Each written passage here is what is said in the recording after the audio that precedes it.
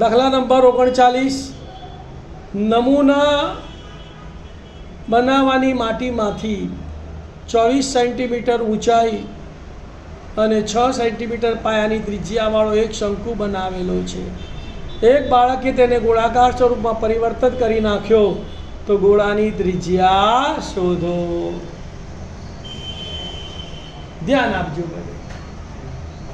શંકુ જેની ઊંચાઈ કેટલી છે 24 સેન્ટીમીટર. આપણે એક શંકુ દોર્યો, એની ઊંચાઈ h બરાબર 24 સેન્ટીમીટર અને ત્રિજ્યા r બરાબર 6 સેન્ટીમીટર. તો અહીં પેલા જે માપ આપ્યા હોય લખી કાઢવાના. શંકુની ઊંચાઈ h બરાબર 24 સેન્ટીમીટર, શંકુની પાયાની ત્રિજ્યા r બરાબર 6 સેન્ટીમીટર. બાળકે આ શંકુને ગોળાકાર સ્વરૂપમાં ફેરવી દીધો, ગોળો બનાવી દીધો શંકુનો. તો એનો ગોળાની ત્રિજ્યા ધારી લીધી. ધારો કે ગોળાની ત્રિજ્યા બરાબર કેપિટલ R સેન્ટીમીટર છે. શંકુમાંથી ગોળો બનાવીએ છીએ એટલે બંનેના ઘનફળ સરખા રહેશે. જેનું માપ શોધવાનું હોય એના ઘનફળનું સૂત્ર પહેલા લખવાનું. તો મારે શું લખીશું બોલો?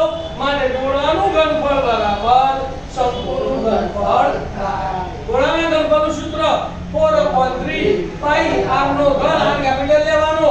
શંકુના ઘનફળનું સૂત્ર 1/3 પાઈ r સ્ક્વેર h, r અને h સ્મોલ લેવાના. સામે સરખે સરખું ઉડી ગયું. છેદના ત્રણ ઉડી ગયા. પાઈ ઉડી ગયા. તો અહીંયા શું બચ્યું?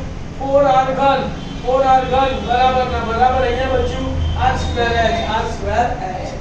મારે r શોધવાનો છે તો ચાર ગુણાકારમાં સામે લઈ જઈશું તો મારે r ઘન બરાબર r સ્ક્વેર h છેદમાં 4. હવે કિંમતો મૂકીએ ચાલો. તો મારે r ઘન બરાબર ત્રિજ્યા કેટલી છે 6. r નો વર્ગ છે તો 6 નો વર્ગ એટલે 6 ગુણ્યા 6. ઊંચાઈ h કેટલી છે 24 તો ગુણ્યા 24 અને છેદમાં 4. 6 ભાગ 4 એ 4 એકા 4 અને 4 6 24. તો અહીંયા કેટલા આયા 6 ગુણ્યા 6 એટલે 6 નો ઘન લખાય. ઘન દૂર કરીએ તો સામેનાનું ઘનમૂળ. તો મારે r બરાબર ઘનમૂળમાં 6 નો ઘન, ઘનમૂળ અને ઘન ઉડી ગયો તો મારે r બરાબર 6 સેન્ટીમીટર. જવાબ લખી કાઢીશું. ગોળાની ત્રિજ્યા 6 સેન્ટીમીટર છે.